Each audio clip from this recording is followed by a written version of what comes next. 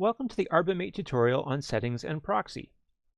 To access the Settings and Proxy, just go to the ArbiMate tab in the sidebar and scroll down to Settings.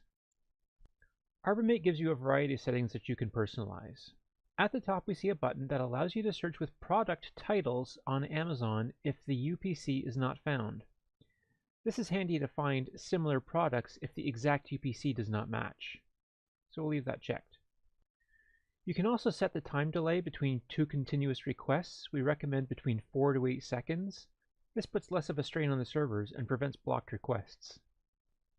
Banned words is an exclusion list that you can add any search terms that you want to have excluded from your search results. Likewise, you can also insert banned brands. Here you can set the minimum price difference for your arbitrages so that you know the minimum profit levels that you'll be sourcing. ArbiMate will send you automatic email notifications as your arbitrage details update. Just check the box here and enter your email information in the following fields.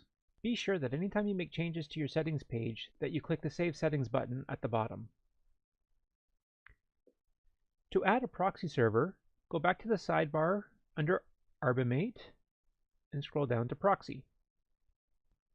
If permitted by your host, you might choose to use a proxy server, either for bandwidth management or for privacy or other reasons. Just check the box here at the top for Use Proxy Server, and then fill in your proxy information in the following fields. Don't forget to click Save Settings when you're done. Thanks very much for watching.